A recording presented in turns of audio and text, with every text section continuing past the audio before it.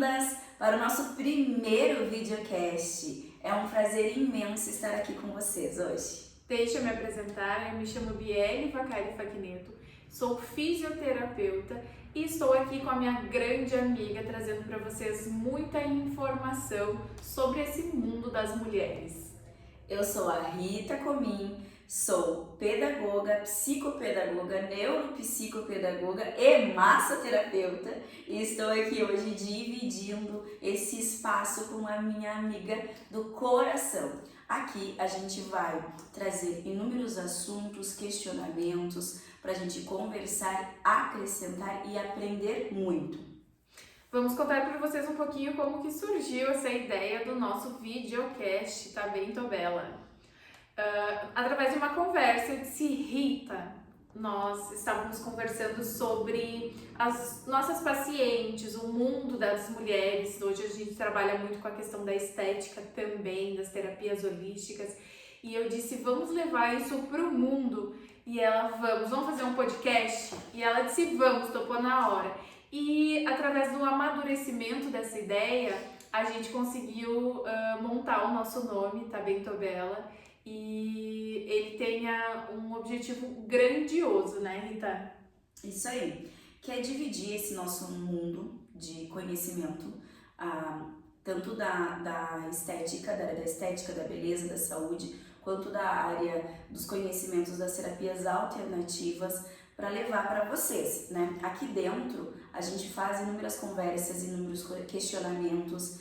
O nosso universo aqui é muito grande e muito acolhedor.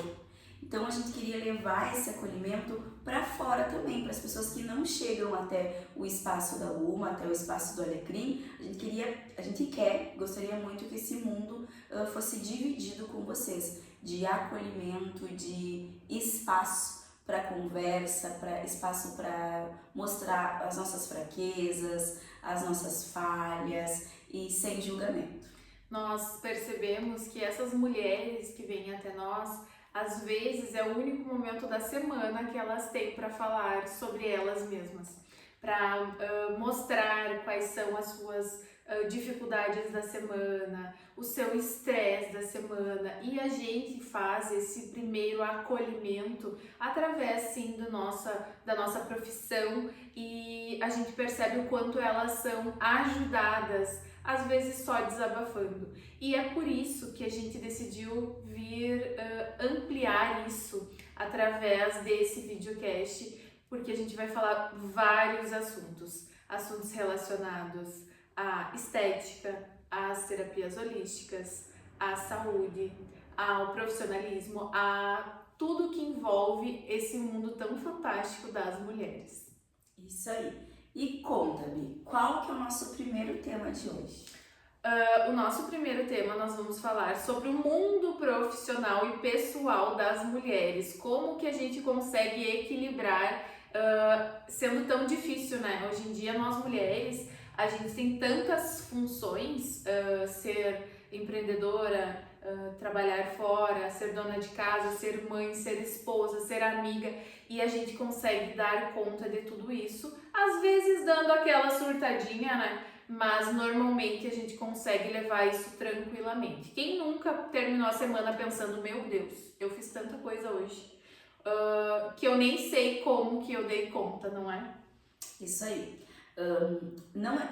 Eu acredito que na crescente do nosso trabalho, do nosso papel dentro do mercado de trabalho, essa demanda vem crescendo, né?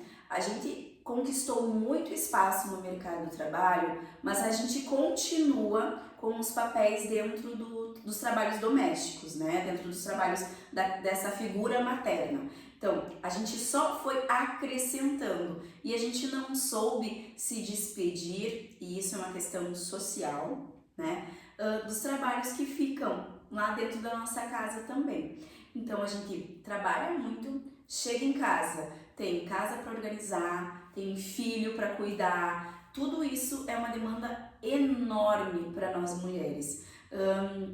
E isso, obviamente, nos gera um cansaço excessivo, muitas vezes uma culpa por sentir que não está dando conta de tudo, né? Então a gente faz, é uma excelente profissional, mas daí a gente se culpa porque, nossa, não estou passando tanto tempo assim com os meus filhos, não estou passando tanto tempo assim com o meu marido, não estou ficando em casa, então gera essa culpa. Ou então, se a gente não consegue dar conta do trabalho, né, o filho tá doente, a gente precisou se ausentar, a gente se culpa também, porque a gente se ausentou, porque essa demanda do trabalho vai crescer. Então, essa demanda excessiva nossa, esses papéis trazem para nós essa personificação de culpa, né? E aí? E eu vim trazer para vocês a minha história nesse caso. Por quê? Quando eu comecei, eu fui mãe aos 24 anos da minha primeira filha.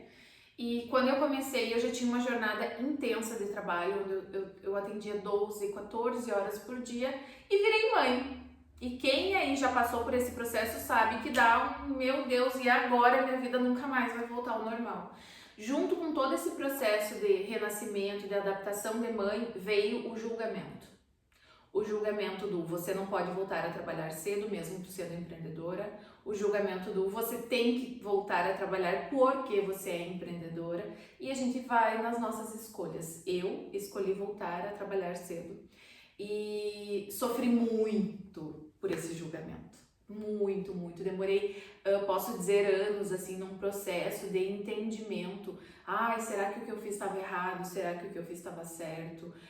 E fiz as escolhas erradas ou fiz as escolhas certas? Isso gera um conflito interno destruidor. E eu fui entender isso depois na terapia, né? Que me auxiliou muito. Que o julgamento dos outros é dos outros e tá tudo bem. Para mim pode estar sendo certo, para Rita pode ser errado e as duas estão na razão delas. Só que o que eu percebi é que por mais que nós mulheres escolhamos ir para um caminho, sempre terá outras mulheres, principalmente, nos julgando. E quando eu entendi que isso é delas, não era meu, aquilo saiu um fardo gigantesco das minhas costas. Quando eu tive meu segundo filho, eu já não passei por tanto esse processo. Eu vou voltar a trabalhar, ponto final, e os outros que se explodam com as suas opiniões, porque foi isso que eu escolhi.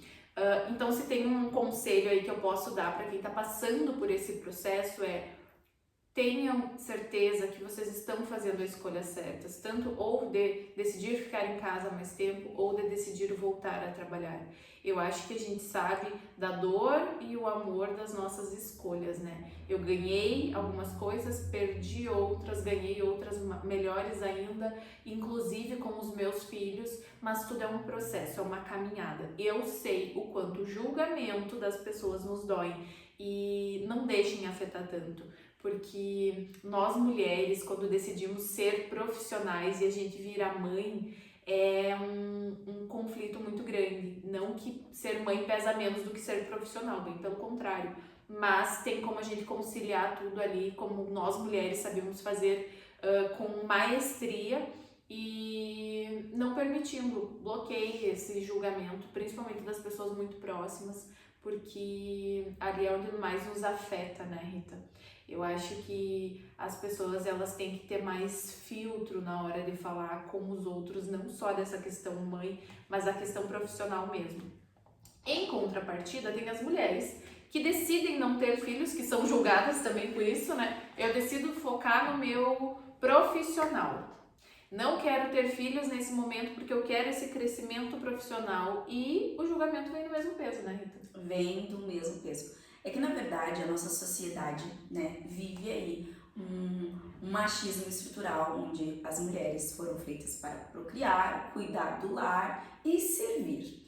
E por mais que a gente acredite e pense que esse machismo não existe, e vejam bem, machismo não é o contrário de feminismo, não é disso que eu tô falando. É entender que a mulher deve servir sempre. Quantas de vocês em casa já não passaram pela raivinha do cotidiano? Que é assim, ó, você e teu companheiro dividem a casa há anos, dividem a casa, conhecem todos os ambientes e de repente teu companheiro chega e diz assim: amor, Aonde está a pasta de dente? Ai, meu Deus. Meu amor, a gente divide a casa há 10 anos. Ela está no mesmo lugar que sempre esteve, né? Mas eles colocam a gente no papel de saber onde está tudo, organizar tudo, cuidar de tudo. Ou, quantas mães já não escutaram veja isso com a tua mãe. Isso eu não sei, isso é a tua mãe que sabe. Então a sociedade vai nos colocando nesse papel de estar sempre à disposição, de cuidar de tudo, né? E principalmente quando a gente não é mãe, eu já escutei várias vezes, você não sabe, isso de outras mulheres, né? Você não pode entender isso porque você não é mãe. Ou tu não é capaz de fazer isso porque tu ainda não é mãe. E volta o julgamento que eu falei antes. A gente é julgada se é mãe, é julgada se não é mãe. Por exemplo, aqui na nossa jornada de trabalho, a gente tem 12, 13, muitas vezes 14 horas de trabalho. E eu escuto muito, Rita, mas tu faz isso enquanto tu não é mãe, porque depois que tu for mãe não vai dar mais pra te fazer isso. Mas eu também faço sendo mãe! Isso, e assim, o que eu vejo? Que o trabalho da mãe, ele é sempre mais exaustivo, e da mulher, do que do pai, porque a gente vê muitos empresários, muitos homens fazendo suas jornadas de 14, 16, de semanas de trabalho fora de casa e ninguém pergunta pro pai, aonde está teu filho? Com quem tu deixou? Tu não é presente? Ele não tá sentindo falta de ti em casa? Ninguém diz. Mas você deixou com a babá? Não, é engraçado, esse final de semana eu fui num evento e tinha uma mãe recente, assim. E estava a mãe e o pai. Todo mundo chegava pra mãe e dizia, e o bebê? E o pai tava do lado. Ninguém perguntou, nenhum homem foi lá e perguntou pro pai, e o bebê? Mas todos perguntavam pra mãe, e o bebê? Por que não levou? Por que não trouxe? E daí ela dava as explicações e eu pensava, meu Deus do céu, quem sabe é o único dia da semana, né, que ela conseguiu dar um suspiro. Por que estão trazendo isso pra ela agora? E daí dava pra ver a culpa no rostinho dela, tipo de, ficou com a avó, porque aqui tem muita gente, ela dando satisfação para algo que não precisava, né? Então essa demanda das obrigações e do papel materno e do papel feminino, ela é papo para muita discussão, e se a gente quiser ramificar isso aqui e trazer todas as questões, tanto do trabalho, quanto da casa, quanto da maternidade, a gente vai ter pauta para isso, né? Mas vamos voltar. Pensando agora na nossa carreira, em como conciliar a nossa vida profissional e a nossa vida pessoal, o que eu vejo? Eu acho que é importante a gente falar sempre de colocar limites, né? E não confundir as coisas. Existe a Rita massoterapeuta, existe a Rita professora e existe a Rita lá de casa. Então, sempre colocar limites. Quando eu estou aqui, eu estou aqui. Quando eu estou na escola, eu estou na escola. E quando eu estou em casa, eu estou em casa. Faz um tempo que eu deixei já como a gente vive com o celular na mão, né? Eu acredito que isso nos traz uma demanda ainda maior de conversar com pacientes, fazer caixas de horas, conversar com pais. Tu tá sempre o tempo todo ligado. O que eu faço hoje? Eu desligo. Eu me dou o direito de não responder, de ficar em casa, e quando eu estou em casa, eu estou em casa. Quando eu estou descansando, eu estou descansando. Há alguns anos atrás, quando eu estava em casa na rede, eu me culpava por não estar fazendo outras coisas, por não estar sendo produtiva, por não estar criando, por não estar organizando. E hoje, depois de muito tempo, eu consegui entender que eu estar na rede é sim produzir. No ócio a gente produz, no ócio a gente cria, no ócio a gente vai se reconstruindo. Então, saber dar limites e colocar cada coisa no seu lugar. Essa foi uma coisa muito importante e demorada que eu aprendi na terapia também. Porque o que eu aprendi com a minha terapeuta foi: não é o tempo que você passa com seus filhos que realmente importa, mas a qualidade desse tempo. E aquilo me tocou tão profundamente que eu entendi que tem pessoas que passam o dia todo com os filhos e passa brigando, gritando, ou não dando atenção, ou no telefone. E é exatamente o contrário que a gente tem que fazer. Se eu vou passar 2, 3 horas com eles acordados perto de mim, essas 2, 3 horas eu preciso auxiliar no tema, escutar como foi o seu dia, brincar. Então é uma coisa muito construtiva. Não é uma lição fácil. Eu me culpava muito quando 2 pacientes do final da tarde terminaram e eu saía, tava dia ainda. Eu dizia pra mim mesma, inconscientemente, eu não posso sair porque é dia. Eu preciso esperar todo mundo terminar, fechar o centro clínico pra daí poder ir pra casa. Por quê? Eu também posso me dar a esse direito. E eu acho que isso muitas mulheres fazem. A nossa geração, a geração dos 30 mais, foram gerações que foram ensinadas a trabalhar, que foram ensinadas que o trabalho dignifica, e realmente, mas tem que ser ponderado, tem que ter um balanço. A gente precisa entender que estar em casa é também tão importante quanto estar trabalhando, e estar em casa sem fazer nada, sem fazer absolutamente nada, pensando em nada. Nada, a melhor coisa. Eu tenho a hora do nada. Todo mundo É, sabe que eu tenho a hora perfeito. do nada. Antes eu tinha o dia, agora eu não consigo mais fazer o dia todo, mas eu tenho a minha hora do nada. Segunda dica também que a gente dá, além então de saber separar as coisas, dar limites, é ter uma rede de apoio.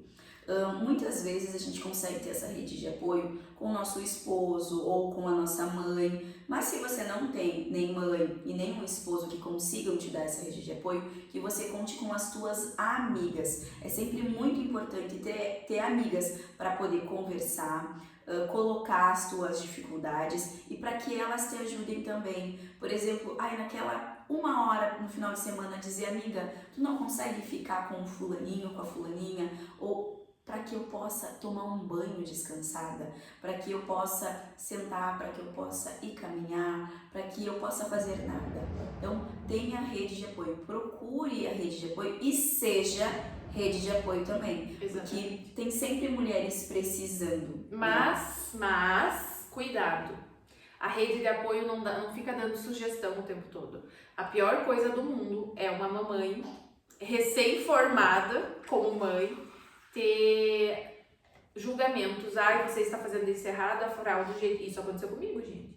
A fralda tá trocando de jeito errado, o banho você dá de jeito errado, e isso gera um conflito interno muito grande. Então a rede de apoio é para apoiar, não é para julgar e não é para ficar dando pitaco onde não deve, né? Então tenha uma rede de apoio. E se não tem amigos, não tem família, contrate alguém que você possa confiar antes de ganhar esse neném, de preferência, mas que você possa confiar também para dar essa descansada, os meus filhos não dormiam de noite, então isso foi uma coisa que para mim foi muito difícil.